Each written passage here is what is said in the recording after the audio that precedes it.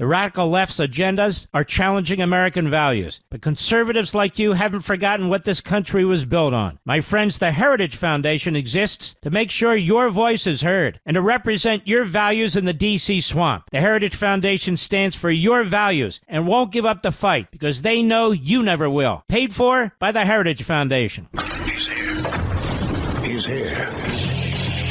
Now, broadcasting from the underground command post, deep in the bowels of a hidden bunker, somewhere under the brick and steel of a nondescript building, we've once again made contact with our leader, Mark Levin.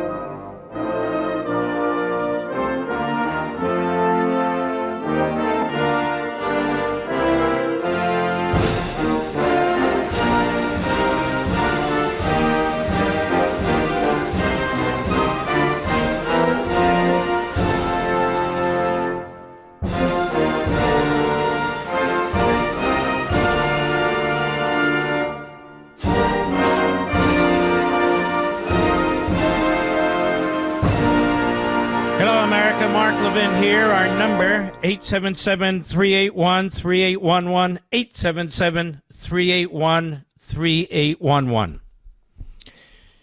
Well, the world will be pleased with this one. New York Attorney General Letitia James, a.k.a. Latucus James, subpoenaed by the United States Department of Justice over the $454 million civil fraud case against President Trump.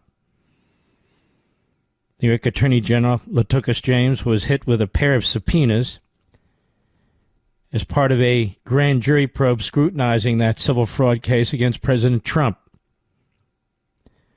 And the issue there is deprivation of rights,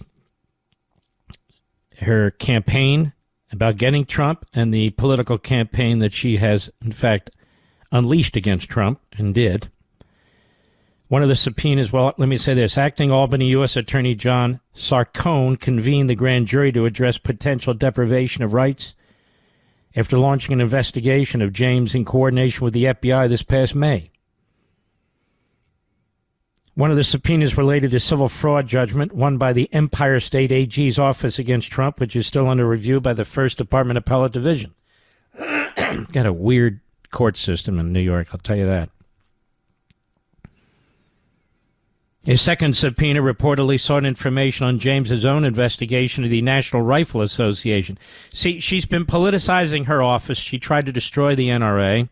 She tried to destroy Donald Trump. She's tried to bankrupt both. This is actually fantastic. Absolutely fantastic. And it's the only way to get a rogue prosecutor like this, a Stalinist-like rogue prosecutor, to challenge them. Separately, a grand jury in Virginia is examining whether to hand up indictment against James for allegedly falsifying records to receive favorable loans on a home she purchased in Norfolk in 2023. Writes Miranda Devine of the Post, outstanding columnist. So the Albany subpoenas were first reported by Fox News and the New York Slimes. Any weaponization of the justice system should disturb every American, a James rep said in a statement. Now, that's precious. That's precious coming from her. We stand strongly behind our successful litigation against the Trump Organization and the NRA. We will continue to stand up for New Yorkers' rights. How come nobody ever investigates George Soros and his Open Society foundations and their activities? How come that never happens? Latucus James had been a fierce critic of the 45th president, brought the civil case in 2022, claiming the Trump Organization inflated value of its real estate holdings. It was an outrageous case, a disgusting case. New York's top cop and her supporters often profess no one is above the law. In discussing the case, which started with an investigation launched in 2019 while Trump was still serving in his first term. Upstate New York Representative Elise Stefanik, one of our heroes here, she said in her Friday statement that James is going to find out how true her own words are now that the DOJ opened a grand jury investigation into her abuse of power. I pray she runs for governor of New York. We will do everything we can here to help her. Everything. The DOJ's investigation into Letitia James is a vital step towards justice, she said. I will continue to fight to expose New York corruption, protect constitutional rights, and hold these failed Democrat leaders in New York accountable. Federal Housing Finance Agency Director William Pulte made the initial referral to the DOJ in April, alleging James had falsified records to also receive favorable loans on a home she purchased in Norfolk, Virginia in 2023. Real scam artist. The Democratic Attorney General claimed the Virginia property was going to be her principal residence. So her principal residence was Virginia. Adam Schiff had two principal residences when you can only have one, and he claimed Maryland and California. Now, these are two lawyers, so they're scam artists.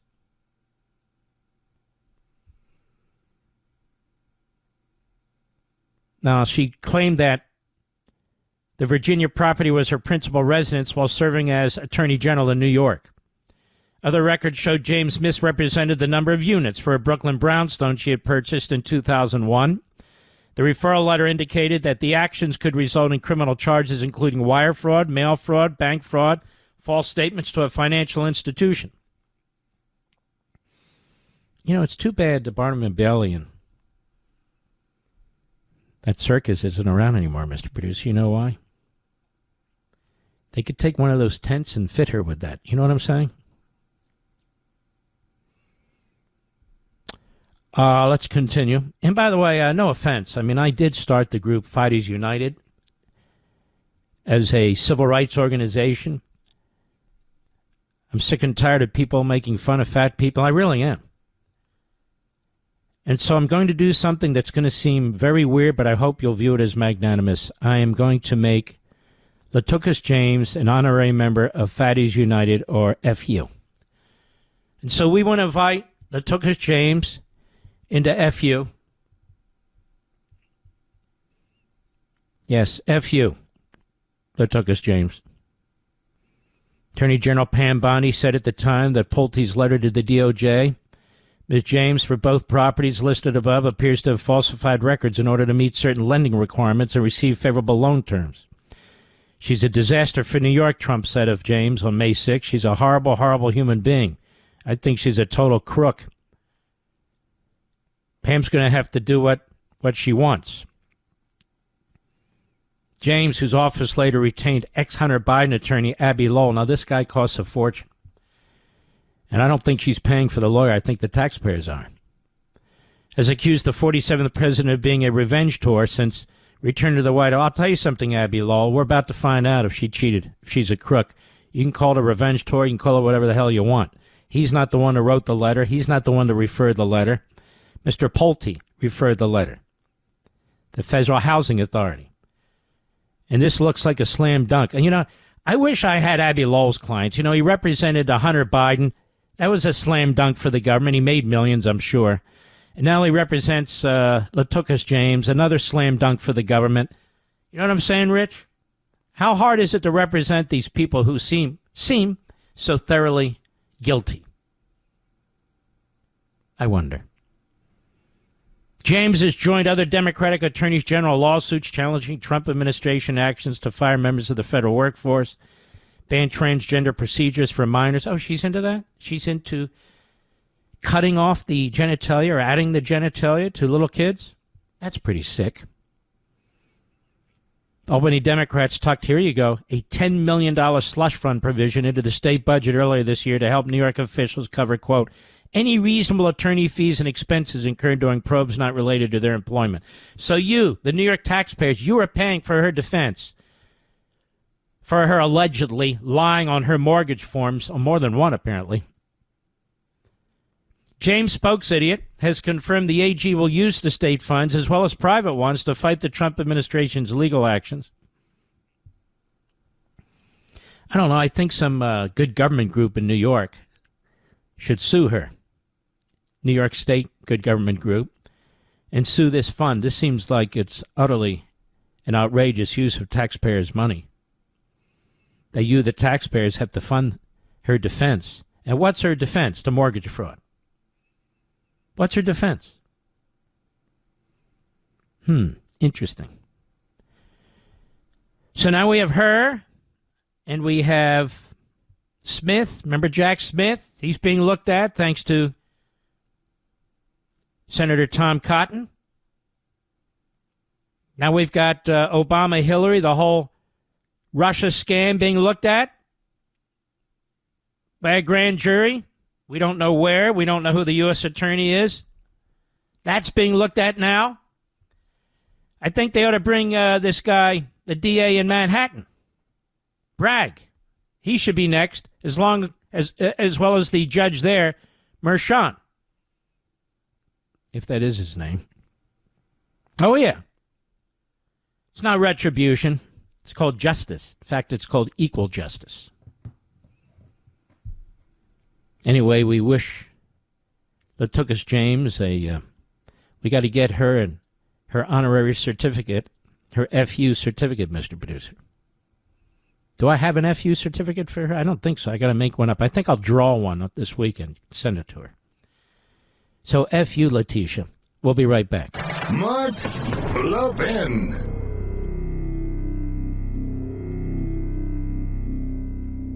In the last few weeks, some ICE agents have been ambushed, doxxed, received death threats. All this is on top of dealing with pushback from liberals in sanctuary cities. These ICE agents deserve a lot better. Americans like you across the country support the work they're doing, but they need to hear your voice. The Heritage Foundation has created a survey to gauge America's support of ICE agents, and they need your participation. So please go to heritage.org/Levin. That's heritage.org/LEVIN to give your opinion on ICE's border enforcement and deportation efforts. ICE agents need to hear the message that Americans like you have their backs while they face daily challenges from the liberal media. Patriots like you need to stand with ICE now more than ever. 5 minutes is all it takes, folks. Please complete the survey today at heritage.org/Levin, heritage.org/LEVIN to make your voice heard. That's heritage.org/Levin, paid for by the Heritage Foundation. You know, ladies and gentlemen, I've spent months warning Mr. and Mrs. America, all of you,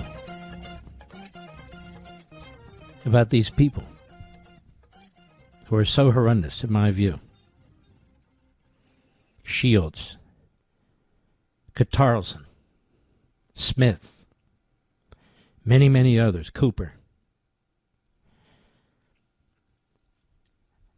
And I want to read something to you by a great historian, Andrew Roberts, British, but an absolutely fabulous historian and writer.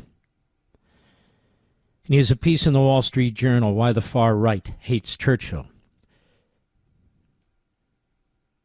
In November 1940, Winston Churchill delivered a eulogy in Westminster Abbey at the funeral of Neville Chamberlain, his predecessor as Prime Minister.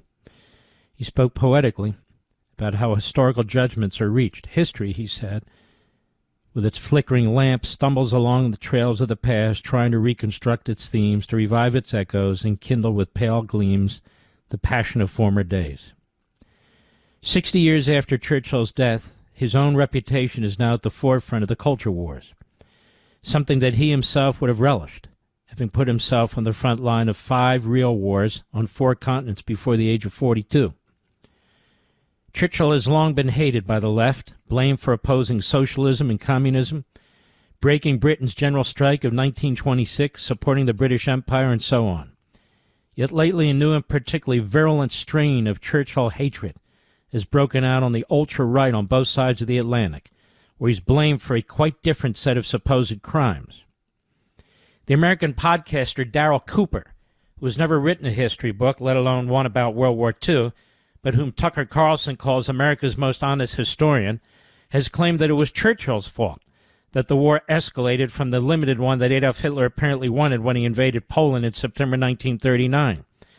According to Cooper, Churchill was the chief villain of World War II rather than any of the more obvious suspects.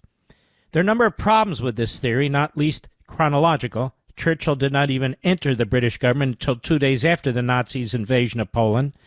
Even then, he was not in control of British decision-making, as he did not become prime minister until after Hitler had unleashed his blitzkrieg on Western Europe in May 1940. Nonetheless, tens of millions of people have downloaded Cooper's ahistoric tripe, and the British neo-Nazi historian David Irving tweeted, "Glad we're in the mainstream narrative, but would be nice to get credit," which got over 250,000 views and over 5,000 likes. Joe Rogan, the world's most popular podcaster, has similarly opened the door to extreme revisionism, saying that Daryl Cooper has some of the most nuanced, balanced, and charitable views on all the figures in history, quote-unquote, which is true only if he means the Nazis. Carlson shows led the Holocaust-denying podcaster Jack Shields to conduct a poll on Twitter, X, asking who was the biggest villain in World War II. Among his almost 136,000 respondents, 40.3% gave that distinction to Churchill, 25.9% to Stalin, 25.3% to Hitler. Shields' post was viewed by some 855,000 people. It led to a spate of online Churchill hatred, with comments such as, "The good guys lost World War II. Churchill wanted a war. Churchill was pure evil." Let me stop there. I want to encourage you people who don't normally go on my social sites to go on my Twitter site and to look at the comments. Look at the comments. Now, there's some lovely people, but I want you to look at the other comments. I'm quite serious. Meanwhile, in Britain, many representatives of the right-wing populist Reform Party have similarly demonized Churchill. Ian Gribben, a general election candidate, posted on the Unheard website that Britain would be in a far better state today had we taken Hitler up on his offer of neutrality. But oh no, Britain's warped mindset values weird notions of international morality rather than looking after its own people. They're all Jew haters, by the way. He later wrote, "In Britain specifically, we need to exercise the cult of Churchill and recognize that in both policy and military strategy, he was abysmal." Reform's official spokesman then doubled down on these comments when speaking to, ironically enough, the Jewish Chronicle, saying that they were written with an eye to inconvenient perspectives and truths. So why is the ultra-right targeting Churchill? In the simplest terms, it's because his practical aims and principles as a leader of the West were directly opposed to the new strain of isolationism in American Britain. Today's revisionists project their views about Iraq, Afghanistan, and now Iran backward through history and denounce the leading global interventionists of yesteryear. They blame Churchill, along with Roosevelt, for quote-unquote escalating the conflict with Hitler, and thus associate him with any effort to confront today's aggressive tyrants. It is a sign of the lost trust in established institutions on both sides of the Atlantic that the accepted historical narrative of the past 80 years, that it was morally right for the U.S. and U.K. to fight and destroy the Third Reich, is literally now under assault. This new revisionism is possible only because the greatest generation is dying out, and their sacrifice becoming a debatable part of history rather than a lived reality. Now, I'm going to pick up where I leave off. That is a very important point. The people who fought the war are dying out. There's very few left. And so now we have the revisionists, the know-nothings, the Jew haters, the Churchill haters, the America haters. I'll be right back. The ICE protests in Los Angeles were just one example of the hatred many ICE agents are dealing with every day. As they work to enforce our nation's laws and keep our country safe, some have been ambushed, received death threats, and have been berated by the mainstream media. Now, if you support ICE, the Heritage Foundation needs your help today. Please go to heritage.org/Levin, heritage.org/Levin right now. Fill out their survey. Heritage needs as many people as possible to participate. So if you support ICE agents, now's the time to let them know. These brave agents put their lives on the line every single day to protect our nation and to fulfill President Trump's electoral mandate. What is it? To secure the borders and deport illegal aliens who have brazenly broken our laws. Voice your opinion at heritage.org/Levin today. That's heritage.org/LEVIN. Takes less than 5 minutes. Heritage.org/Levin, paid for by the Heritage Foundation. Yes, it's true that Mark Levin is the fastest growing radio show in America. The Mark Levin Show is on at 877-381-3811. So Andrew Roberts, who is a top-notch historian taking on these frauds, phonies, and fools like this guy Cooper, who's given platforms by Tucker Carlson and this Joe Rogan. I don't care if he's the biggest podcaster on the face of the planet, in the whole universe. He's a moron, okay? He's platforming these people too. That's what he's doing. Roberts says it's a sign of the lost trust in established institutions on both sides of the Atlantic. It's an unfortunate necessity, he says, to engage with these benighted and often hateful revisionists, as their failure to win the endorsement of any of the hundreds of serious historians of World War II suggests. Their arguments, such as they are, cannot survive contact with the reality of the historical record. It is perfect, and by the way, the part of the problem is true history is not taught anymore. So these guys go on with their viewpoints, and people shake their head up and down. Comedians, former actors, podcasters. It's perfectly true that Churchill was instrumental in persuading the British War Cabinet not to make peace with Hitler. The decision was taken after no fewer than 9 discussions over 4 days between May 25 and May 28, 1940.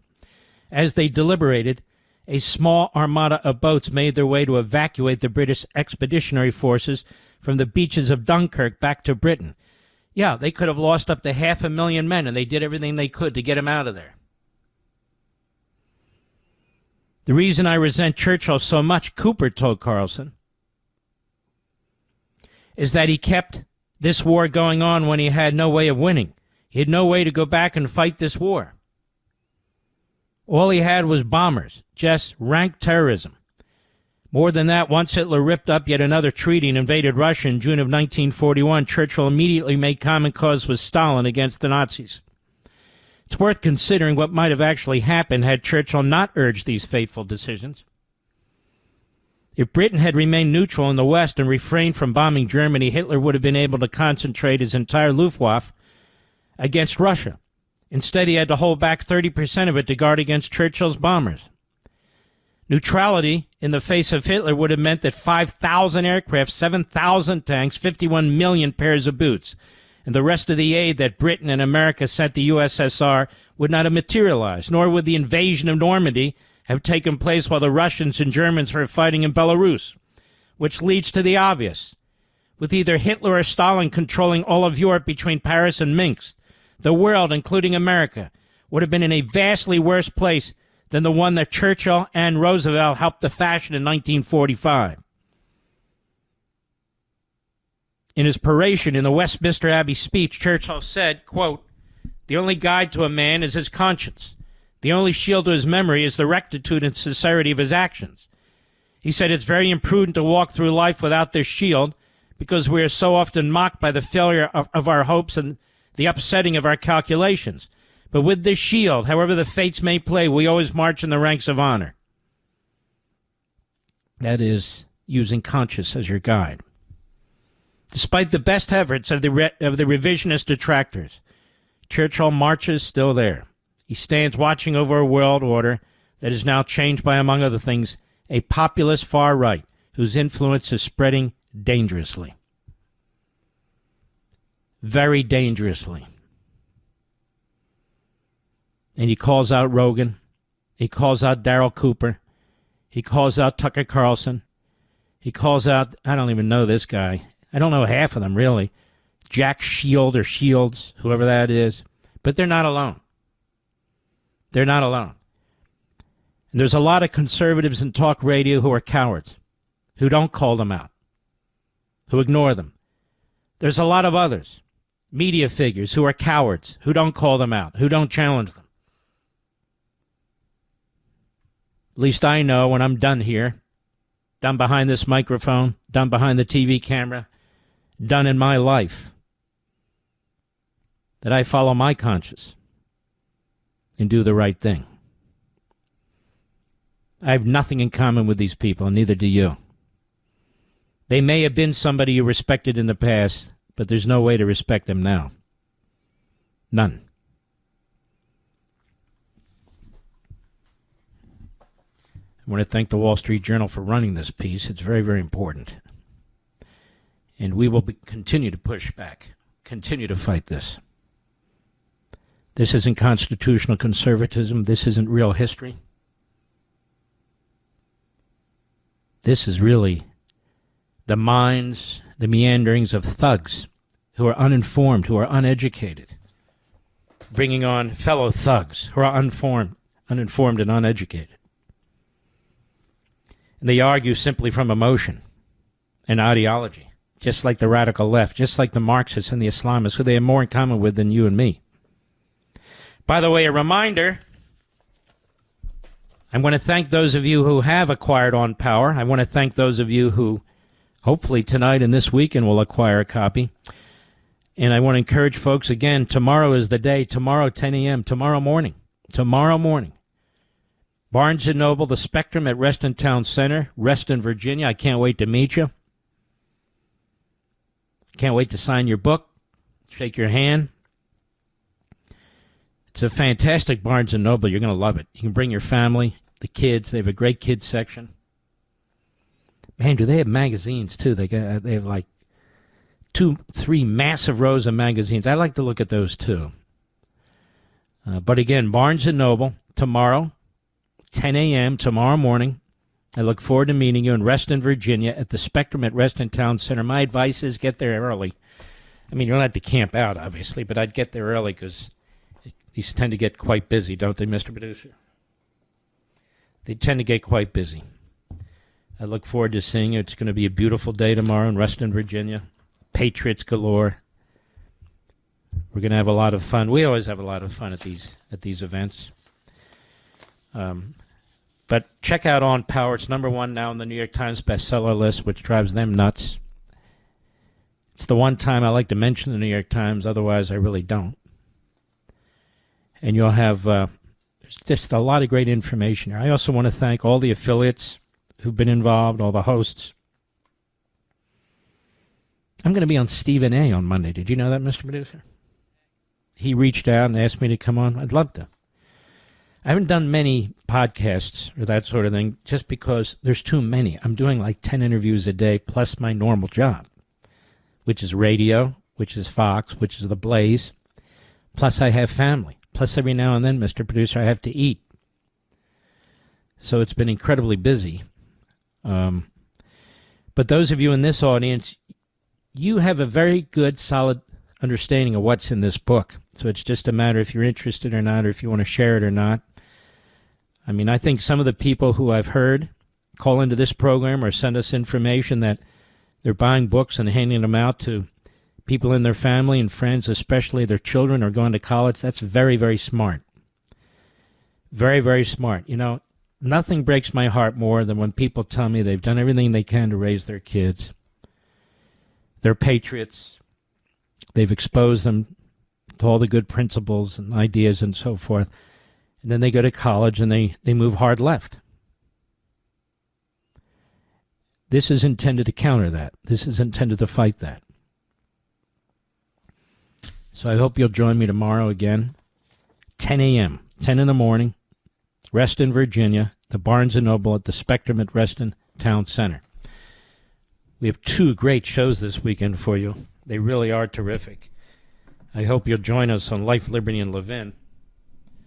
The first show, I'm going to spend more time on this so-called gerrymandering. You'll understand it more and better than anybody else. You'll understand it more and better than anybody else. We have Kevin McCarthy, who really knows the numbers, by the way, really has studied them. and Gene Hamilton, who is the head muckety-muck of America First Legal, which is one of the great legal foundations. I'm associated with Landmark Legal, another great legal foundation. There's others out there, we know. Judicial Watch, so many great ones. If I haven't mentioned them, it doesn't mean they're not great. So that'll be great tomorrow. And then Sunday, I have a special opening statement for you I think you're going to really love. And we have Newt Gingrich. And I'm trying to remember the other fellow's name, Mr. Producer. Mark Penn, who's fantastic. He's a moderate Democrat. He's a pollster. You've seen him. Mark Penn.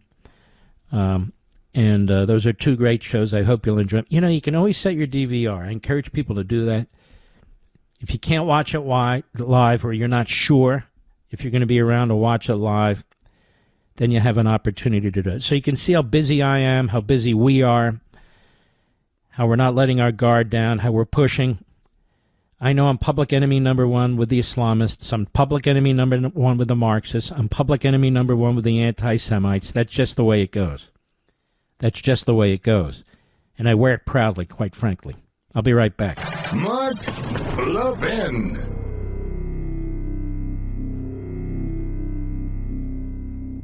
In the last few weeks, some ICE agents have been ambushed, doxxed, received death threats. All this is on top of dealing with pushback from liberals in sanctuary cities. These ICE agents deserve a lot better. Americans like you across the country support the work they're doing, but they need to hear your voice. The Heritage Foundation has created a survey to gauge America's support of ICE agents, and they need your participation. So please go to heritage.org/Levin. That's heritage.org/LEVIN to give your opinion on ICE's border enforcement and deportation efforts. ICE agents need to hear the message that Americans like you have their backs while they face daily challenges from the liberal media. Patriots like you need to stand with ICE now more than ever. 5 minutes is all it takes, folks. Please complete the survey today at heritage.org/Levin, heritage.org/LEVIN to make your voice heard. That's heritage.org/Levin, paid for by the Heritage Foundation.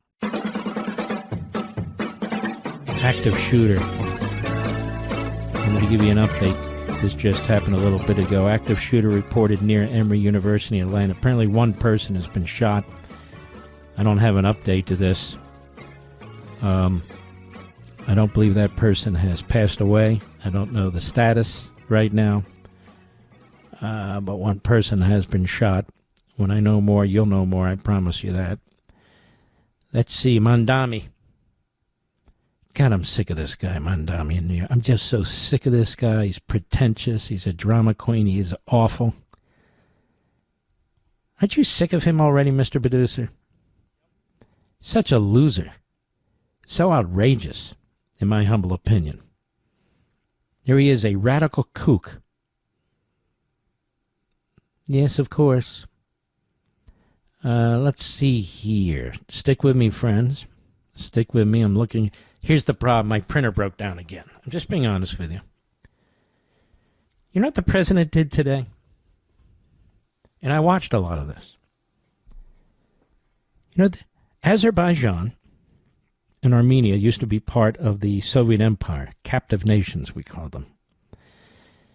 And they've been at war with each other for 35 years.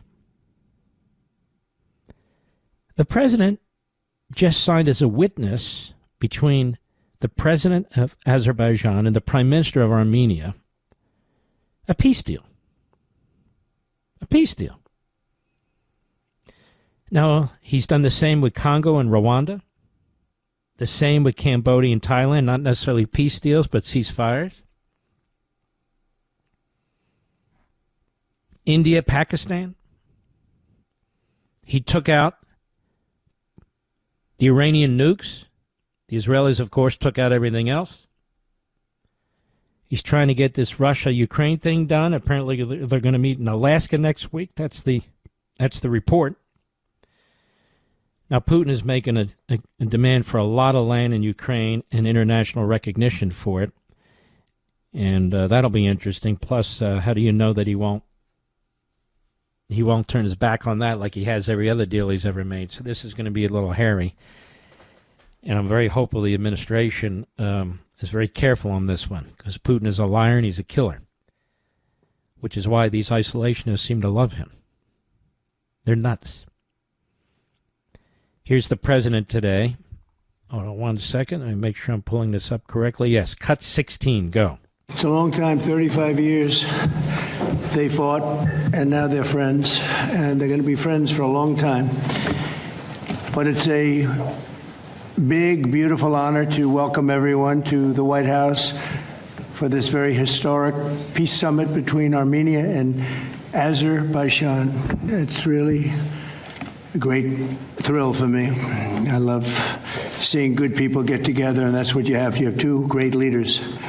I want to congratulate these two visionary people, Prime Minister Pashinyan and President Aliyev, for coming to Washington to sign this momentous joint declaration. It's a tremendously important document, and it's been a long time in coming. They were explaining before that so many times they thought they could get there. It never happened. It just never happened. That's right. I mean, credit needs to go where credit's due, doesn't it? Here's the president on Russia and Ukraine at the same event. Cut 17, go. With this meeting with Putin, is this Russia's last chance to achieve peace? And do you expect Ukraine to make any type of territorial concession? Yeah, I don't like using the term last chance. Look, it's, look, this is two very, very smart people. They've been going at it and their predecessors also very smart, and they've been going at it for 35 years. It's tough. And, when those guns start going off, it's awfully tough to get them to stop. It really does. It's a war that should have never happened. It would have never happened if I were president. There was no reason for it. So many people are killed, so much cultural destruction. You look at those magnificent towers, the most beautiful in the world. The spires were considered the most beautiful in the world. They're all in a million pieces, laying on the ground, all obliterated, knocked into a million pieces. So sad. Mm-hmm. We'll see what happens. Peace deals, there's peace deals, and there's peace deals. There's ceasefires, and there's ceasefires. So, Putin cannot be, in reality, or perceived to have won this thing. So this is going to be very complicated. And, we're going to have to make sure, the administration's going to have to make certain that this isn't some massive land grab, and then we recognize it, and the rest of the world recognizes it. And there's no security provisions for Ukraine. You don't want this to be a peace in our time situation. I think these other deals have been very smart, very good.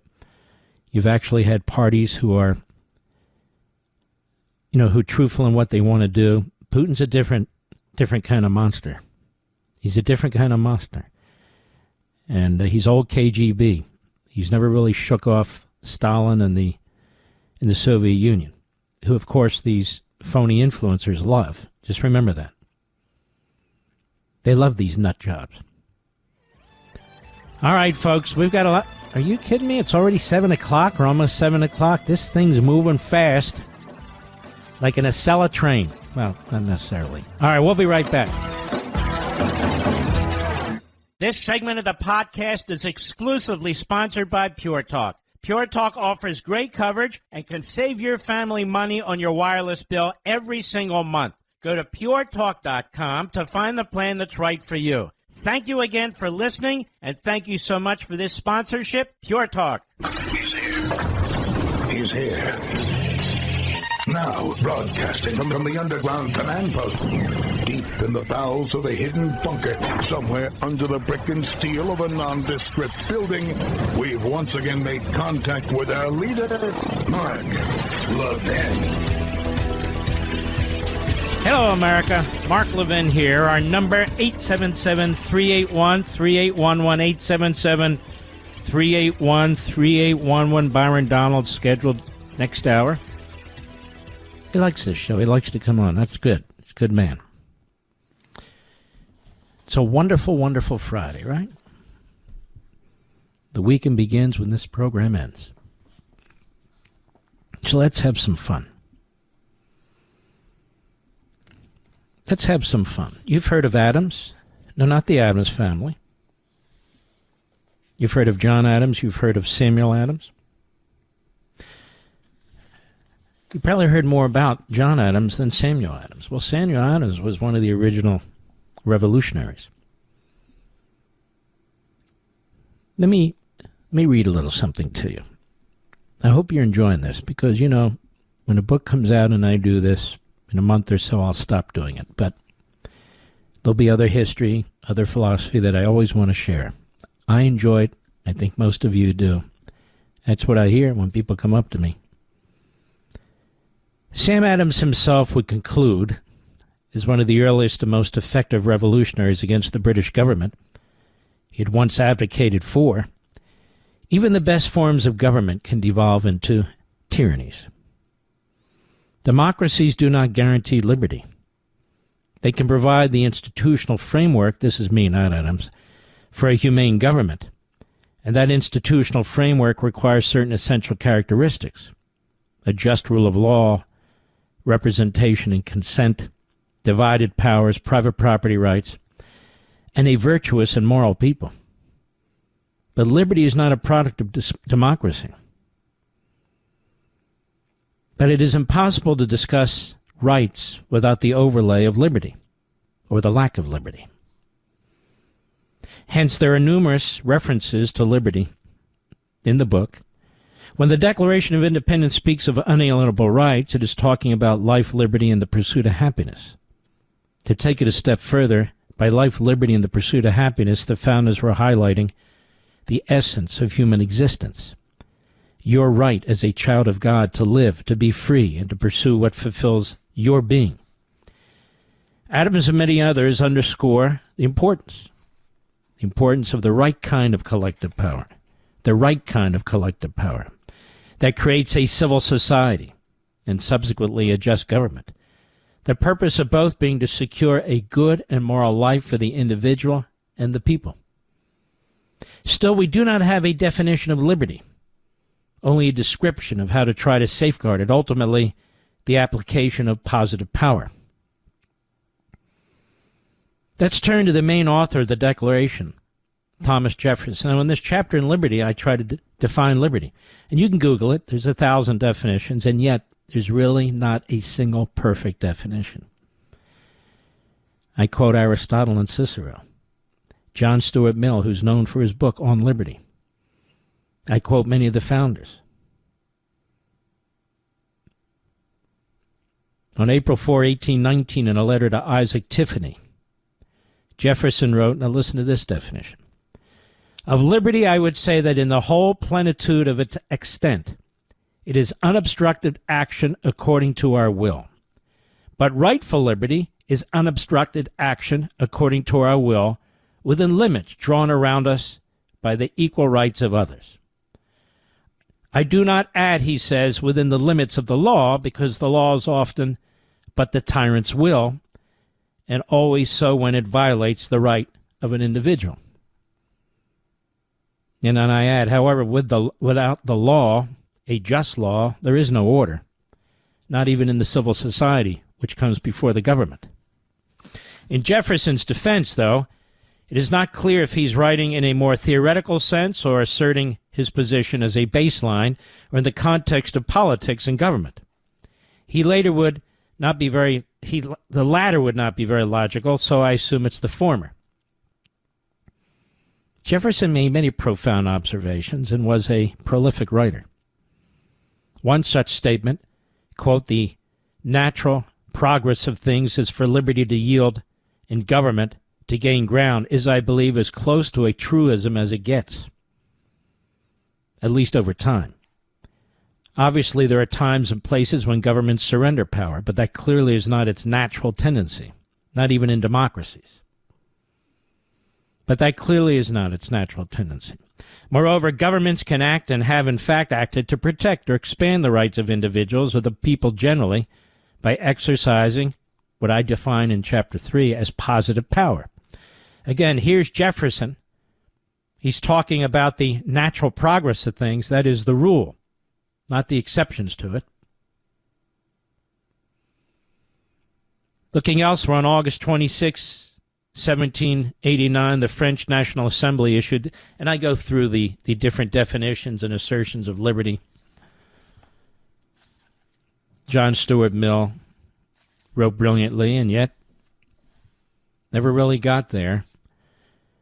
Isaiah Berlin wrote about negative and positive liberty, and as I point out at the book, when you really read it and understand it, he's really talking about power. Power. Then I look at Alexander Hamilton and what he has to say about liberty, in Madison and what he has to say about liberty. It's really, I think you'll find it absolutely fascinating. And then you'll have your own thoughts about liberty, no? And the debate about how to interpret the Constitution in the context of liberty. Yep. Critics are right to ask, exactly what do the negative power advocates seek to achieve? And why are they not explicit about it? Of course, some are, but I'm not speaking here of the more fanatical and openly hostile among them. My focus is on those politicians and academicians who claim to embrace and uphold the Constitution while using it by manipulation and perversion as a means to dismember its most critical parts, especially separation of powers, the consent of the people, federalism. What is their practical governing blueprint, and how does it advance the cause of individual and societal liberty? It is only the Constitution's remaining yet weakened barriers against negative power that protect us from the logical progression of an increasingly centralized government with an authoritarian ruling class, that is, authoritarian democracy, as I define it. Ultimately, this is the problem with a Hamiltonian Marshall view. As time goes on, precedent is built upon precedent, as the outer limits of those abuses are tested and pushed, and the barriers slowly atrophy. The system becomes less constitutional and more imperious.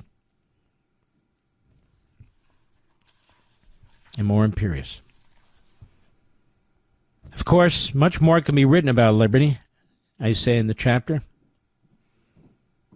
as it can about rights and indeed power, but much will be achieved if what has been written leads to further inquiry, as it should. So we tackle the big issues, the tough issues here in this book. I think you'll find it absolutely fascinating. I've had hosts who read it. This is what Andrew Wilkow, my buddy on Sirius Satellite, we went over, and I had to break off to do another interview with another host on a different affiliate, but it was very intriguing. And I love to hear it when a host says, I have marked this page, I have marked this quote, I've marked this, and they ask me to expand on it and so forth. That is just, this is what radio is supposed to be about, America. This is what it's supposed to be about. Not just repetition and regurgitation and paint by the numbers. This is what it's supposed to be about. Something completely different, something engaging, something that makes you want to be here, makes you think, maybe put a smile on your face or maybe cause some consternation. That's what radio, talk radio, has always been and always should be, at least by the best. I'll be right back. Mark Levin.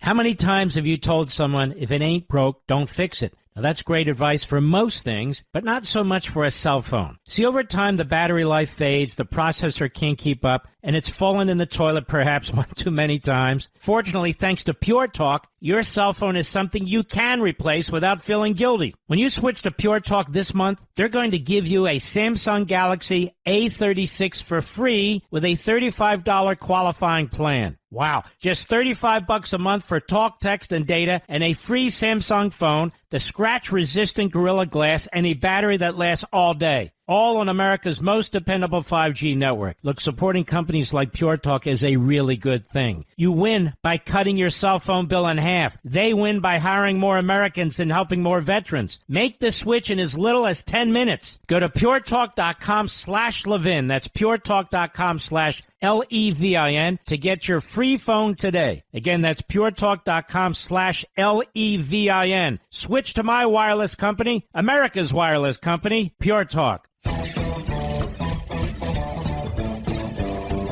know, it's sad. You watch people have been passing away.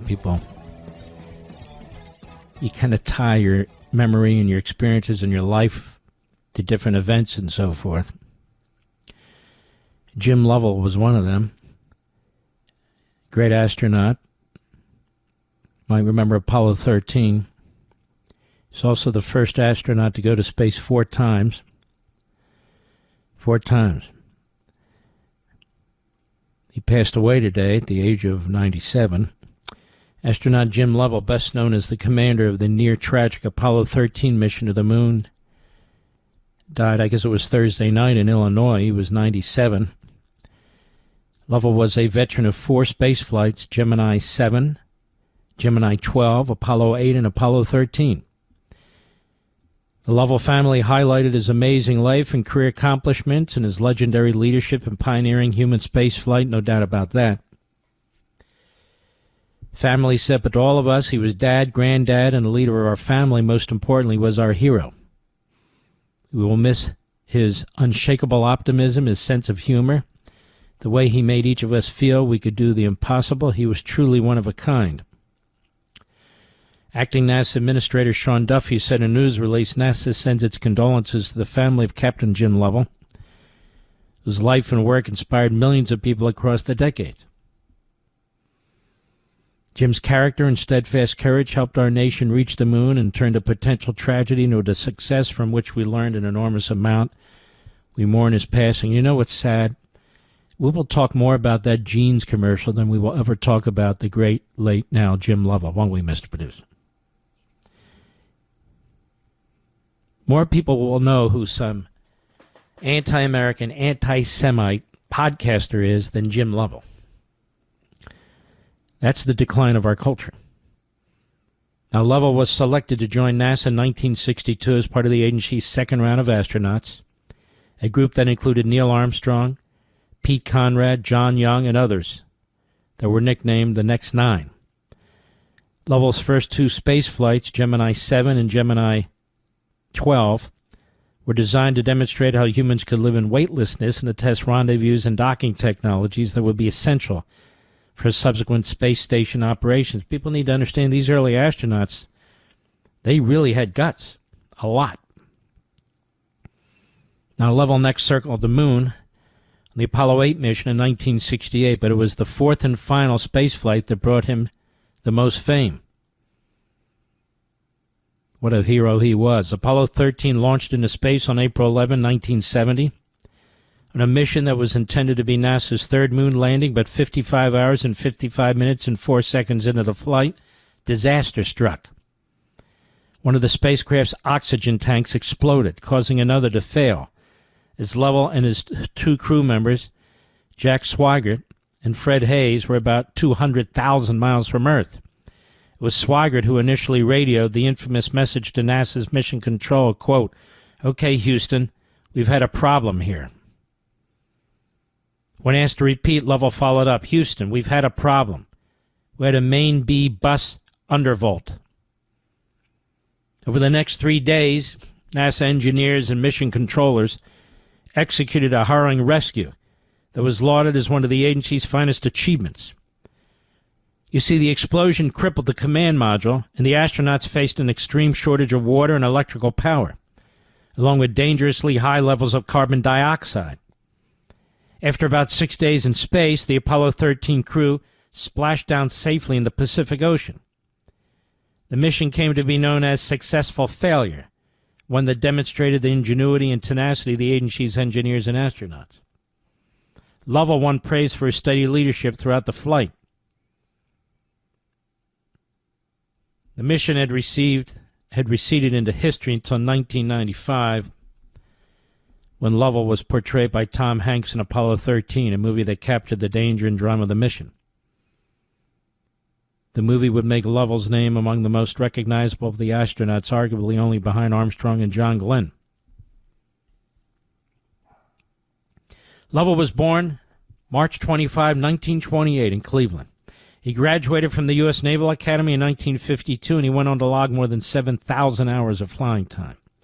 Over the course of 4 space flights, Lovell spent 715 hours in orbit. According to NASA, he retired from the agency in 1973. In a 2020 interview with the Today Show, Lovell reflected on the milestones of his life as an aviator and astronaut. He said, quote, "I think I'm very fortunate. I think that I've lived a life that if I had a chance to live all over again, even though I knew what the consequences would be and the chance of coming back, were not unknown at the time, I would do it. I would do it." I didn't read what Tom Hanks said because I'm going to tell you a little story. How can I put this without getting a person in trouble? Tom Hanks has a very bad reputation in Hollywood, I was told. Very bad. The way he treats, quote-unquote, the little people. And I met a driver who drove him once and told me what Hanks had said to him and so forth and so on, and I get it. So he comes across as very affable and so forth, but apparently in many corners he's not. That's what I'm told. I know, it's kind of shocking, isn't it, Mr. Producer? Seems like a nice guy, but that's the dirty little secret, I'm told. Take it for what it's worth. Yeah, seems like a nice guy, he and the missus. Apparently, again, what I'm told, not so, but again, take it for what it's worth. I don't have any first-hand knowledge, but the person was under no obligation to tell me anything. All right, so last couple of times you're going to hear it during this show, because after this show, it'll be over. I'm talking about tomorrow, 10 a.m., Barnes & Noble, the Spectrum at Reston Town Center, Eston, Virginia, America, at least in that area, we're going to come together, see each other, greet each other, big smile on our faces, okay? And I will sign your books. I'm not signing many books, but I will sign yours. I'm very excited about doing it, too. Very much look forward to it. I see Anna Navarro, The View. She jumped off a boat, according to Entertainment Weekly. That must have been quite a splash, Mr. Producer. She swam to a stranger's vessel for more alcohol after running out of wine. Now, there's a lot of jokes you can tell about this, don't you think, Rich? She jumped into the water. And she wanted more booze, wanted more wine, so she swam to another ship. I don't like this woman. She's nasty, she's vicious. But see how they all live? See how they all live? They live better than most, and they complain more than most. She's on her vacation, came one day, as they write in Entertainment Weekly, after she criticized former Superman actor Dean Cain's comments advocating for ICE recruitment. She said he should have joined a gym instead of voicing his intention to join the government agency. Nasty, stupid woman, quite frankly, quite stupid. She jumped in the water. Probably people were yelling shark, or sperm whale or something or other. I don't know what they were yelling, but I don't think they were yelling, there's Navarro. I doubt that very much. I'll be right back. How many times have you told someone, if it ain't broke, don't fix it? Now, that's great advice for most things, but not so much for a cell phone. See, over time, the battery life fades, the processor can't keep up, and it's fallen in the toilet perhaps one too many times. Fortunately, thanks to Pure Talk, your cell phone is something you can replace without feeling guilty. When you switch to Pure Talk this month, they're going to give you a Samsung Galaxy A36 for free with a $35 qualifying plan. Wow, just $35 a month for talk, text, and data, and a free Samsung phone, the scratch-resistant Gorilla Glass, and a battery that lasts all day. all on America's most dependable 5G network. Look, supporting companies like Pure Talk is a really good thing. You win by cutting your cell phone bill in half. They win by hiring more Americans and helping more veterans. Make the switch in as little as 10 minutes. Go to puretalk.com/Levin. That's puretalk.com/LEVIN to get your free phone today. Again, that's puretalk.com/LEVIN. Switch to my wireless company, America's wireless company, Pure Talk. Nobody says it better than Mark Levin. I'll go with what Mark Levin said, because nobody could say it better. Call in now at 877-381-3811. William Webster passed away today. Many people under 50 are saying, well, who was that? William Webster had been director of the FBI, was director of the FBI under Carter, director of the CIA under Ronald Reagan. Before that, he was a judge on the 8th Circuit Court of Appeals in Atlanta.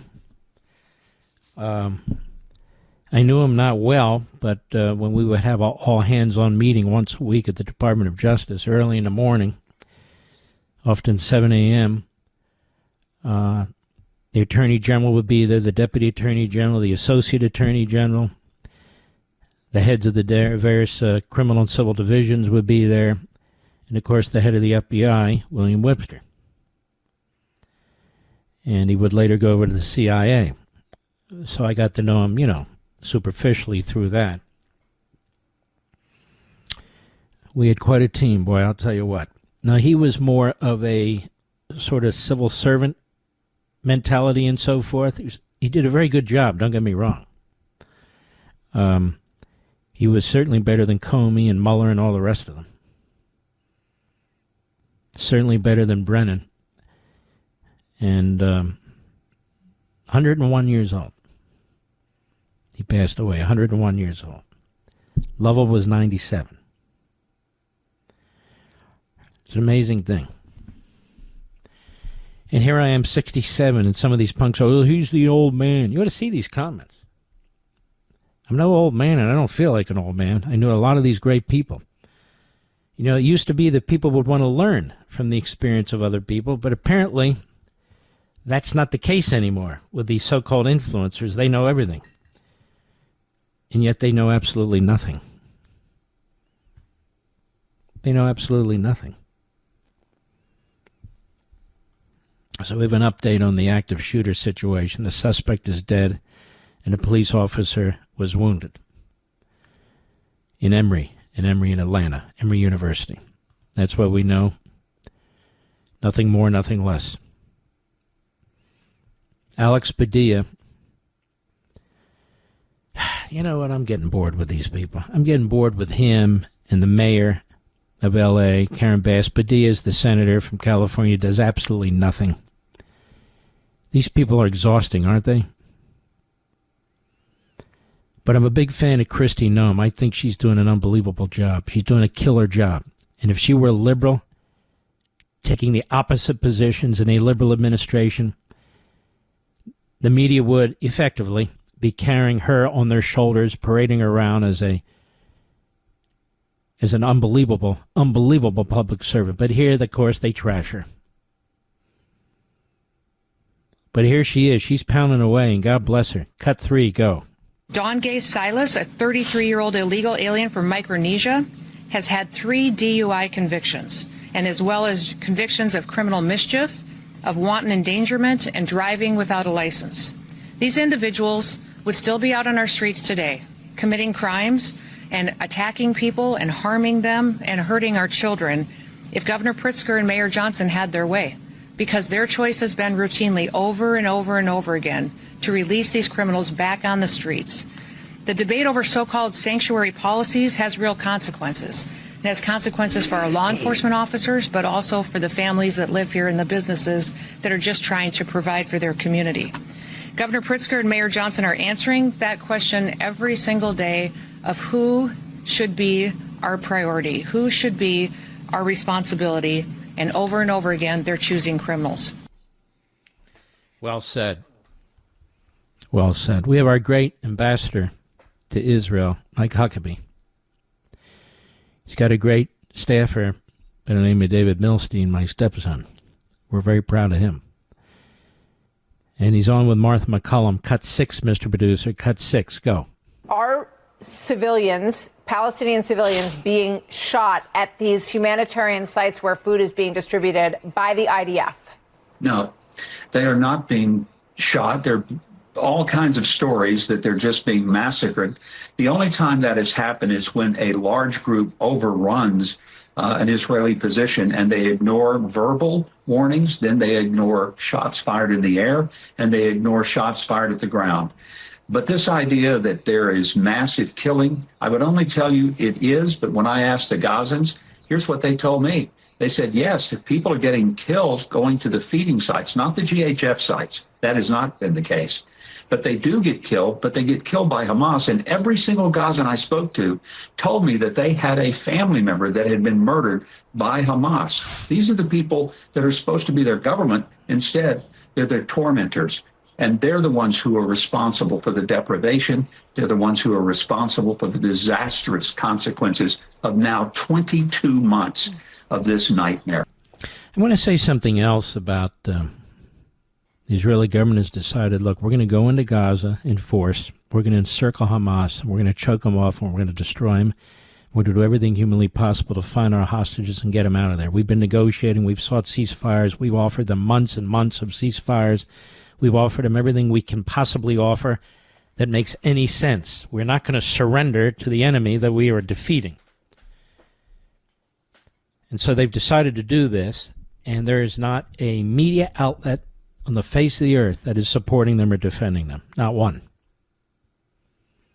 And they use this word occupy. They're going to occupy Gaza. And the Prime Minister, Netanyahu, has said repeatedly now, we're going to occupy it, we're going to defeat them, and then the plan is to bring in perhaps Arab countries to run it, but to make sure that their goal isn't to destroy the state of Israel. So it's completely rational. There's no other way to do this, and nobody's offered one. None of the critics, none of them, whether they be these quislings that run various European countries, whether they be the terrorist-supporting UN members, or whether our own Al Jazeera / Pravda media. They have no suggestion on how else to do it. Now, that said, folks, I really got to tell you something. I started doing research on this, but I ran out of time. When we were going into World War II, and our priority, believe it or not, was the Germans, not the Japanese, even though the Japanese attacked us. We worked out a plan with the Brits. And we, the United States, we would begin mostly in North Africa and work our way up through Italy. And we believed that the Italians would turn on Mussolini. Did we occupy North Africa? Yes, during a period of time. You don't win battles and then suddenly leave the territory and turn it over to the enemy. So that was North Africa. Then we got into Italy, which was brutal fighting in the mountains of Italy. Senator Inouye lost an arm. Senator Dole almost lost his life as well. And, of course, his arm was forever damaged. And a lot of our guys lost their lives there. We didn't say, okay, we're done with Italy, now let's turn it over to somebody. No, we held the territory until the end of the war. North Africa is North Africa now. Italy is Italy now, and so forth and so on. And when Patton moved into Germany and was rushing through Germany, trying to get to the Battle of the Bulge to help our guys who were already there, we didn't fight our way through there and then get to the Battle of the Bulge and say, you know what, are you occupying? What kind of a word is that? And when you're in the middle of occupying, you've defeated the enemy on territory that you're going to hold until the war is over, until they're utterly defeated in the war. What kind of language is this with Israel? They're going to occupy Gaza. They're going to hold the territory until they get Hamas and defeat Hamas. There's a winner and a loser in a war. You know, we talk about forever wars. They're trying to end this war with Hamas. But the reporting and the commentary is just bizarre to me. Crazy. Now, it's been demonstrated over and over again. The Israelis are not shooting Palestinians who seek food. Hamas is. You literally have the Israeli army trying to feed the people in Palestine at the same time, in Gaza rather, the Palestinians, at the same time they're trying to defeat the people they elected, Hamas. Have you ever seen that any time in world history? Never. Never. But the attacks keep coming from friend and foe alike, except one man, Donald Trump. Because he and Witkoff did everything they could to get those hostages out. And it became obvious Hamas is a death cult and a suicide cult, and no agreement was going to work. So Witkoff left. He's off to Russia and so forth. And Trump's had enough of it. And they keep asking Trump about it, and he says the Israelis got to do what they got to do. I want these people, to have food, but the Israelis will decide what the Israelis need to do. Because he knows. Then we have reports, lots of people in the country are opposed to what Netanyahu does. They're demonstrating. As I said on Fox when that question was raised to me, they're always demonstrating. This is the radical left in Israel, as we have a radical left here. It is the hate Israel, Israeli media, as we have the hate America, American media. Same thing. Except some of these groups are funded by Soros, believe it or not. Some of these groups are funded by USAID to do what they're doing. There have been reports on this. Hundreds of millions of dollars to try and take out Netanyahu and his government while they're fighting this war. That's never reported, of course. It's just amazing. Feed the people while you're trying to defeat the individuals they elect. And then the highest of the highest muckety-mucks in Hamas, they're billionaires because they steal the money. Many of them are millionaires because they steal the money. And by the way, the same thing with Abbas and the so-called Palestinian Authority. It's the same thing. His family is rich as hell. His friends are rich as hell. They run those territories like the mob.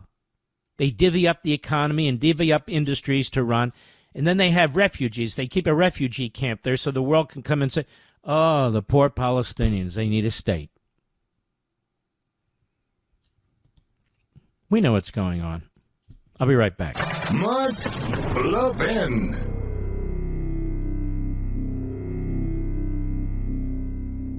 How many times have you told someone, if it ain't broke, don't fix it? Now, that's great advice for most things, but not so much for a cell phone. See, over time, the battery life fades, the processor can't keep up, and it's fallen in the toilet perhaps one too many times. Fortunately, thanks to Pure Talk, your cell phone is something you can replace without feeling guilty. When you switch to Pure Talk this month, they're going to give you a Samsung Galaxy A36 for free with a $35 qualifying plan. Wow, just $35 a month for talk, text, and data, and a free Samsung phone, the scratch-resistant Gorilla Glass, and a battery that lasts all day. All on America's most dependable 5G network. Look, supporting companies like Pure Talk is a really good thing. You win by cutting your cell phone bill in half. They win by hiring more Americans and helping more veterans. Make the switch in as little as 10 minutes. Go to puretalk.com/Levin. That's puretalk.com/LEVIN to get your free phone today. Again, that's puretalk.com/LEVIN. Switch to my wireless company, America's wireless company, Pure Talk.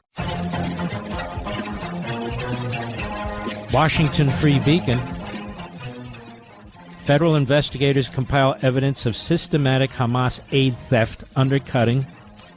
Leaked USAID report. USAID is a rat's nest of left-wing, terror-supporting individuals, in my humble opinion. Investigators are reviewing instances in which Hamas commandeered aid trucks, placed terrorists in UN facilities. This is what the Israelis are up against. Adam Credo, the chief oversight body responsible for tracking American foreign assistance and compiling evidence that Hamas systematically steals UN aid in Gaza, including by placing terrorist operatives into UN facilities, and conducting active investigations into the issue, undercutting a recently leaked U.S. aid report, so-called, that found no evidence of such theft. Isn't that amazing? The investigation centered on occasions in which Hamas commandeered UN aid trucks, embedded terrorist operatives in UN agencies or at UN facilities, and ensured humanitarian goods were directly delivered to Hamas officials. Senior U.S. officials and congressional staffers briefed on the issue told the Free Beacon. The U.S. Aid Inspector General's office has obtained evidence of those practices and is investigating credible allegations of Hamas interference, diversion, and theft of humanitarian aid in Gaza. Going to do a memo on the Inspector General's Gaza-related oversight work that was given to Congress. And though the Trump administration dissolved USAID itself earlier this year, USAID's Inspector General's office is an independent entity that Congress established in 1980 to provide oversight of U.S. foreign aid programs, and that office remains in place. Its investigators probe diversion, fraud, product substitution, and so forth and so on. And they're the ones informing Congress about what Hamas is doing in Gaza. And so I thought you'd want to know, because you're not going to hear it anyplace else. That much we do know. But that's important, right? And this isn't the first report. There's report after report after report about what's going on there. And it doesn't seem to matter. Crazy. We'll be right back.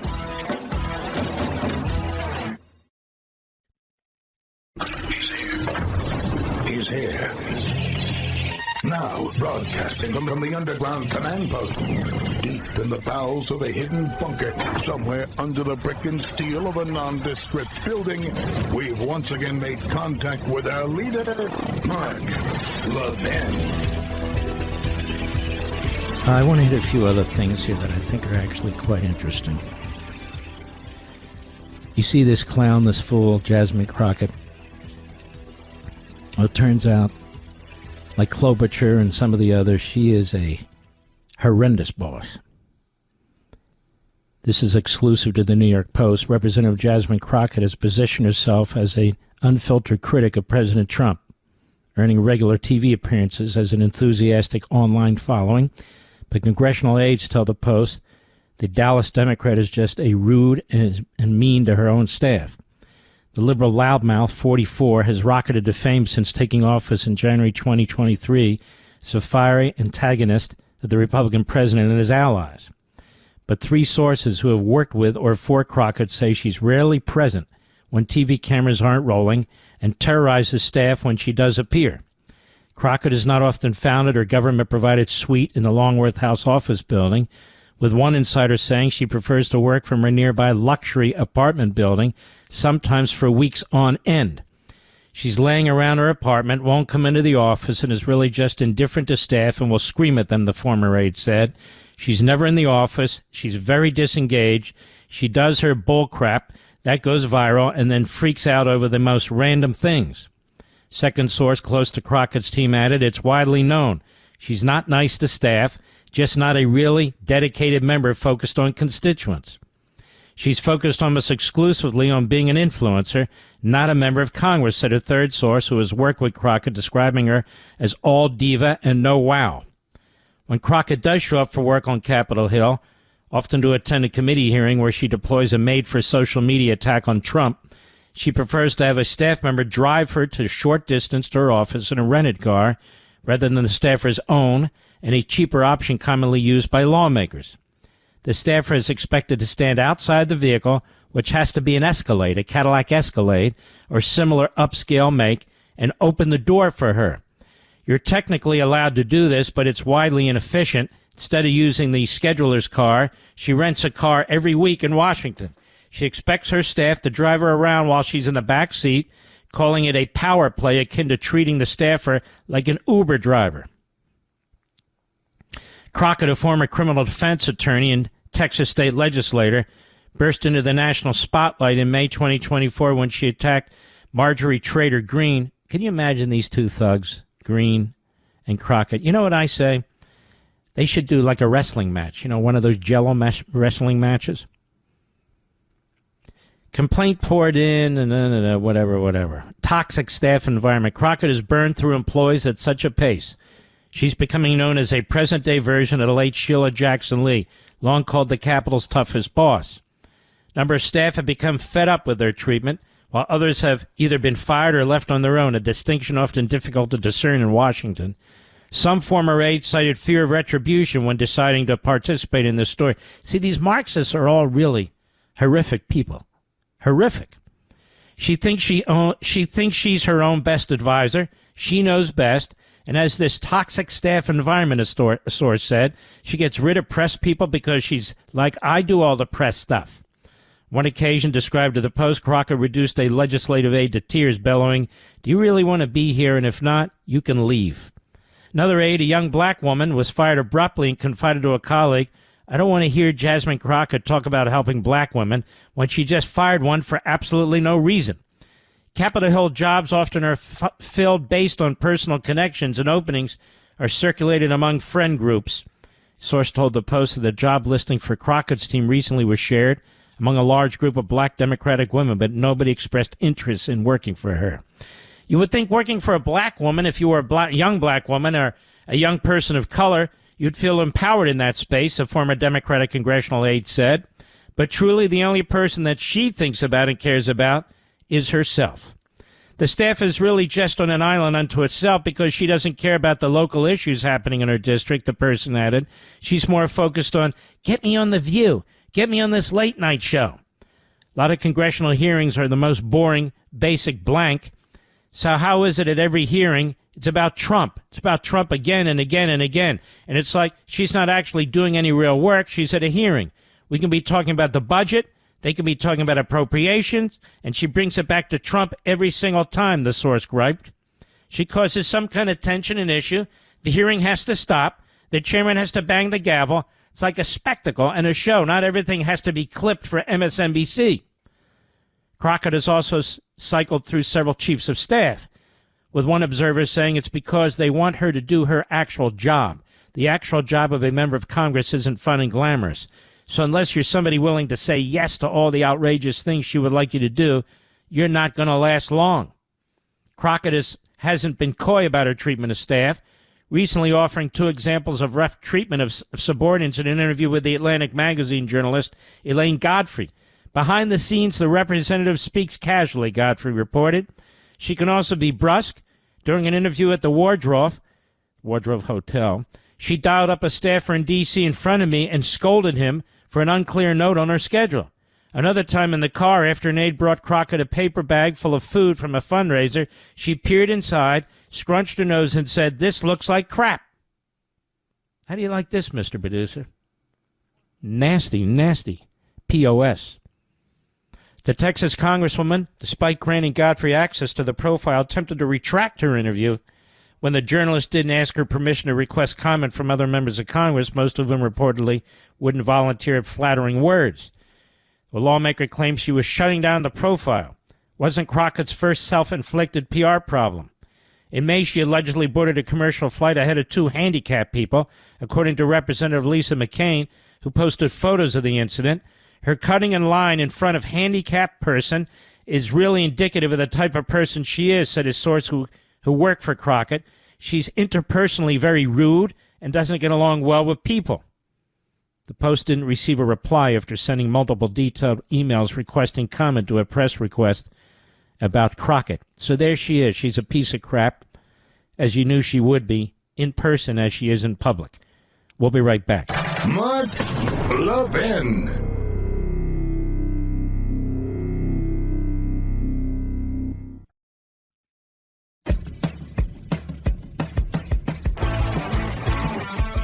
It's a pleasure to have our friend Byron Donalds with us. Byron, how you doing, buddy? I'm doing good, Mark. How are you, my friend? I am good. It's Friday, baby. We love our Fridays around here, you know, but it's a pleasure to have you. I got to ask you a couple of questions first here. This Crockett, I mean, there's a big story in the New York Post how she abuses her staff and so forth and so on.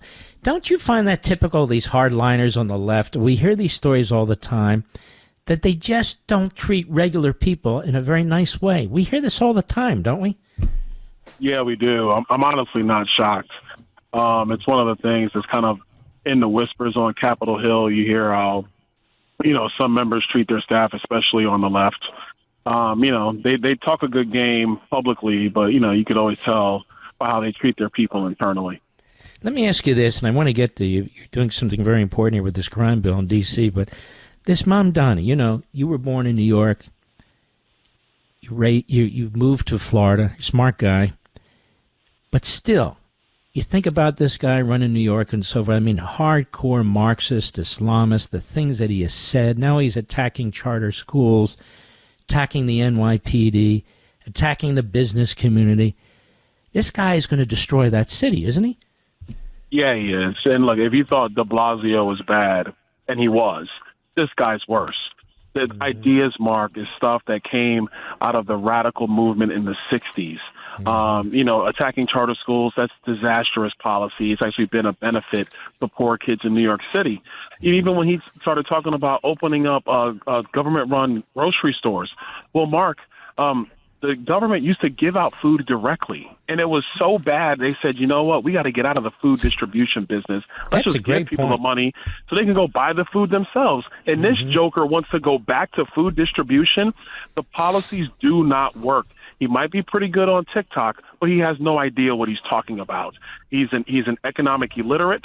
He doesn't understand how to set up policies that allow free people to succeed. And my fear from my former home city is that it's going to lead New York down a rabbit hole it can't get out of.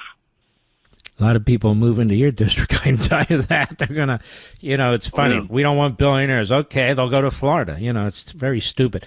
Now, you've reintroduced this D.C. crime bill. Tell us about this.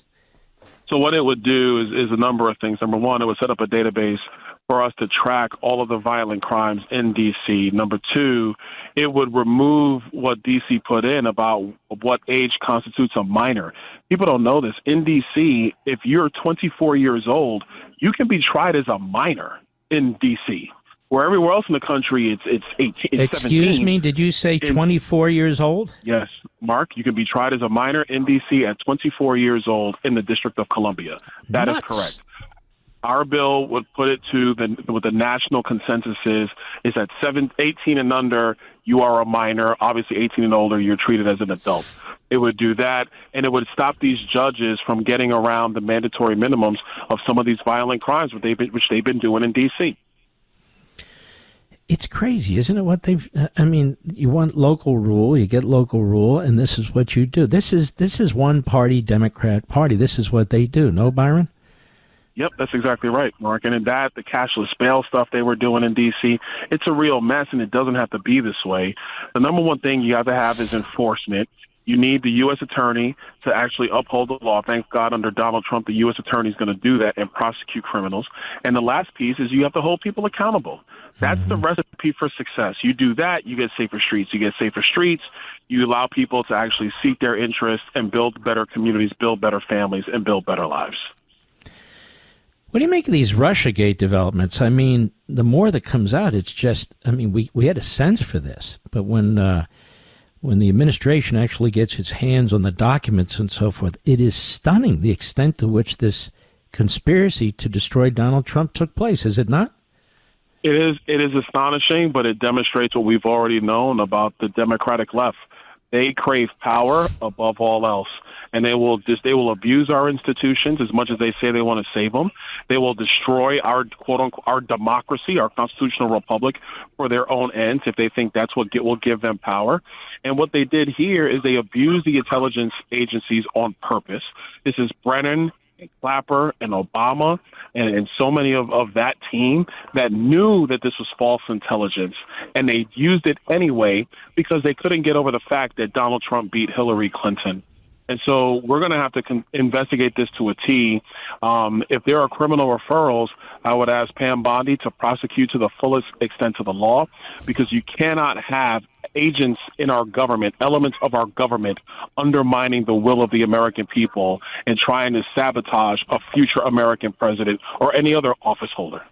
Mm-hmm. Very well said. And, people say, well, what crime did they commit? I have an idea. Let's do the investigation. That will fill in the gap eventually. There are potential crimes. Nobody's talking about federal campaign violations, which it could very well be. All the money that was spent to put out false information that went unreported for the purpose of influencing the election. I'm just remember what this guy Bragg tried to do to Trump, and there's the precedent right there, as far as I'm concerned. But that aside, Barack Obama needs to be questioned under oath, Byron. Whatever information he has needs to be presented. Hillary Clinton, the same thing, in front of the grand jury without a lawyer. That's the nature of the beast there. And go through the same process that Donald Trump went through or that anybody else would go through. Presidents aren't immune, or former presidents, from criminal investigation. So they really need to scrutinize these two people, don't you think? I think so. And look, the biggest way you can get our country on a path where something like this doesn't happen again, a lot of these people who subjected folks like Carter Page and Papadopoulos and Michael Flynn to these unyielding federal investigations, they need a taste of that medicine. Because once it's clear that this won't be tolerated, that's how you stop this kind of action from happening in the future. Yeah, you're right. When the other side feels it, too. Let's keep moving, because I got you here. The news. The president keeps cutting these peace deals. They're unbelievable. Can you pronounce that for me? Somebody? Azerbaijan and Armenia. I mean, 35 years they've been fighting, and he puts an end to it. That's pretty amazing, I think. My question is, where is the Nobel Committee? Yeah, exactly. Donald Trump needs the Nobel Peace Prize, because what he's been doing around the globe, I saw some of the reports earlier that Putin I think they're trying to find a way to end the conflict in Ukraine. You have this one. You have the support he's provided to Israel, which could have been, and Mark, you know this, in that region of the world, this could have been years of fighting. And the support we provided to Israel has cut this down dramatically.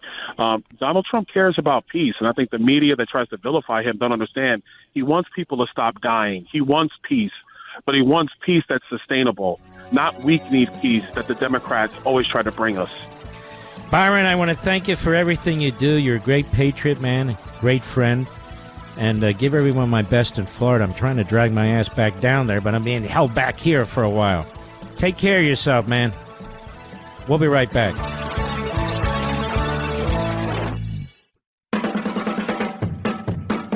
Plastic conservative fire. The Mark Levin Show. Call in now at 877-381-3811. By the way, don't forget, it goes on Monday. This will be over. I won't mention it. It's tomorrow at 10 a.m. Tomorrow at 10 a.m. Barnes & Noble, the Spectrum at Reston Town Center, Reston, Virginia. We're going to have a blast there. I look forward to meeting as many of you as possible for our book signing. On Power is already #1 on the New York Times bestseller list. Again, that's Barnes & Noble, the Spectrum at Reston Town Center in Reston, Virginia. I hope you'll visit us there. And those of you who can't, I hope you'll go on Amazon and get your copy. It's very, very well discounted. It's a great value, under $20. Go to any retail store. Any of these large stores, like Costco, some of their stores still have books, some of them don't, so it depends on your neighborhood. Costco, Walmart does have books, Target has books, Sam's has books, Books A Million has books. Everybody who you would expect has the books. The airports have the books, the train stations have the books with Hudson and the rest of them, but you can always go to Amazon.com. It's under $20. By the way, it's a great gift, too. It's a great gift to give to your college kid or high school kid, or for you to read and pass the word on. I'm telling you now. And it's, again, the value is very, very good. The price is low if you want to get a few of them, and so forth and so on. You know what's in there. I've talked about it a lot. It is a very, very crucial subject on power. Let's take some calls. I think we will. All right, let's go to Susan, upstate New York, the great WHAM. Are you near Rochester? But anyway, Susan, how are you? I'm great. I'm in the Finger Lakes. But Mark. Oh, the Finger Lakes, yes. You were saying, before, are we going to stick to Damani or Demonami? Oh, my goodness, the connection's not good. I'll tell you what we're going to do. We're going to take your number. We'll call her on Monday, Mr. Producer, but I definitely want to call her back. All right. Sorry, Susan. Let's go to John, the other end of the country, Vancouver, Washington, on the Mark Levin app. John, how are you? Hey, great. Thank you. Thank you for your service to the country. Your announcements on the Constitution are unreal, especially about Article 5. Thank you. My question is, every action by President Obama was nefarious, I thought. But one of the biggest ones concerning the census, which they're having trouble with out in Texas on reapportionment. Is it one of the first things he did when he took office was he moved it to the Commerce Department? What reason would you have for that? What department was it in? I thought that's where it was. Am I wrong? You're wrong. Yes, sir. Where was it? I think. I don't know. I think it was in the Commerce Department, but whether he moved it or not, the fact of the matter is, as it was producing the numbers in the last census, it got them terribly wrong. I'll tell you what. You should watch my show Saturday, tomorrow night, because I'm going to spend 20 minutes with a few graphs and so forth, laying this out like nobody has, both what's taken place in blue states, but even more than that, the Constitution, what it requires, what it doesn't require. And I'm going to provide some analysis that you haven't heard, as you can imagine, John. So check it out. All right, brother, thank you for your call. I very much appreciate it. Jane, Saratoga, New York, the great WDGJ. Jane, how are you? Hi. I'm fine. How are you? Good. I would like to mention Jasmine Crockett. I'll try not to Jasmine say any Crackpot. bad words. Got it. That is the most disgusting, evil woman that God ever put on the face of the earth. Oh, really? That's pretty bad. Listen, I am a retired child abuse counselor. Oh, wow. She is all about control. She doesn't care about the country. She doesn't care about caring for other people. All she wants is to satisfy her spoiled, stinking little fat butt. And that's all she cares about. And she has the filthiest mouth. And what I want to know is, why do they allow her to get away with that? Why on earth do they let a person like that, because she's influencing young children and everyone. You'd think there'd be some standards. I guess the idea is, well, that's who they sent. There's not a lot we can do about it. But it seems to me that the House, I think you make a good point, both the Senate and the House ought to have some basic standards for people who talk like that. They should at least suspend them or punish them or fine them or something. It's not about free speech. That's irrelevant. It's about, if you want to be a member of the House of Representatives, they can make their own rules as to conduct, and I'm not opposed to that. I think that's a good idea, Jane. Thank you for your call, young lady. Charles, Crystal River, Florida, XM Satellite. Where's Crystal River, Florida? North of Clearwater. Okay. Up towards Gainesville, up in that area. Yep. Mark, my brothers and I are big fans of yours. As a matter of fact, my brother was interviewed by the New York Times a couple of weeks ago in support of you being in your high school Hall of Fame. Did they quote him? You probably saw that. Yeah, they not only they quote him, there's a picture of him in the paper. Wow, how about that?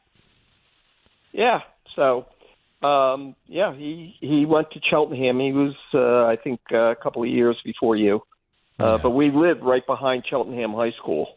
Really? Over there. I don't know what it looks like now, but it was a nice area. That whole township was a nice township. Obviously, it's gone hard Democrat and left and all the rest of it. But anyway, go right ahead. And thank your brother for me.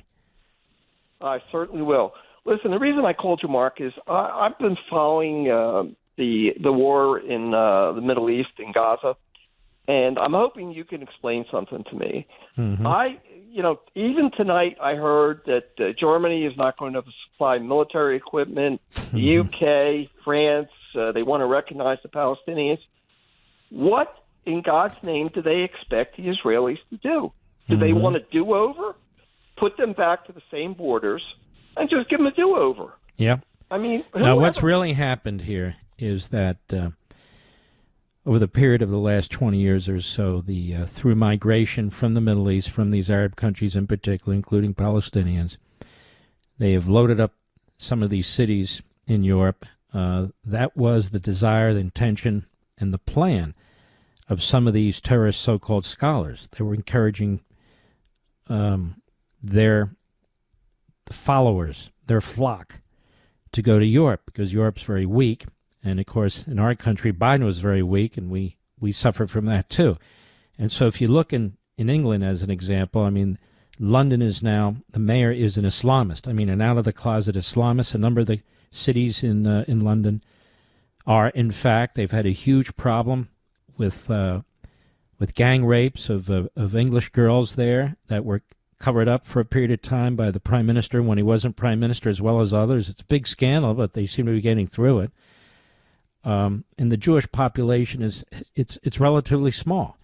Same thing with France now. The chief rabbi in France, where they have a chief rabbi, said to the Jews, "You better get out of here," because Macron, you can see, is horrendous. And the attacks on Jews in Europe now is so out of control. And so they buckled to this movement. They buckled to it. Now, you see, Donald Trump fights this tooth and nail. He's fighting what's going on in the colleges and universities. He's fighting what's been taking place with immigration. He's trying to use the deportation aspects of immigration. You have buffoons who've never read the statute, the main statute on immigration, who claim this is free speech. It's not free speech. When you come to this country on a visa or something else and you make representations, you're not free to just run around and do whatever you want to do. You're a guest in the country, and you don't get those kinds of protections across the board. Anyway, just remember, Europe is the place where Marxism started. Europe is the place where the Third Reich was. Europe is the place where a lot of bad things took place. Look, I want to thank you, man. I've got to run, but thank you and your brother. God bless you. We'll be right back. Mark Levin.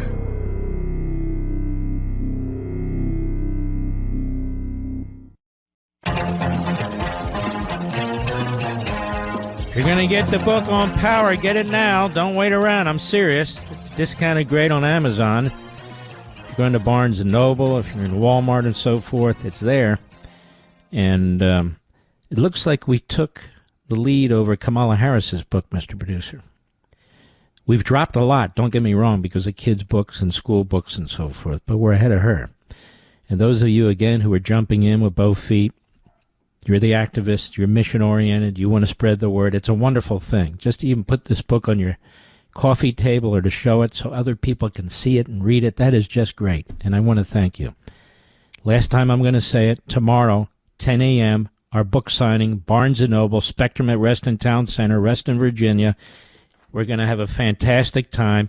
It's a brand new store, plenty of parking, and I hope to see you there. So there you are. Such great information. My new book on power, the Hillsdale Course. We make it all available at your fingertips. Most of you probably went through high school. Some of you went through college. You didn't learn this stuff. It's now available. The country is great. Free speech is still here. Talk radio is great. My show is on the air. And this is what we do. And I want to thank you all for being here. I'm deeply blessed by all of you here. The fact that it's number one on the New York Times bestseller list, that's you.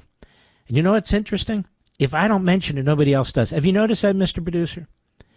It's true. If another conservative is number one on the New York Times bestseller list, you will hear me cheer it on. You will hear me talk about it. In fact, the person probably was on this program. The only people that care about it being number one, you, me, and my family. That's it. But that's okay. That's all that matters. So I want to thank you all. Every Friday in America, in honor of you, my beloved audience. Here we go.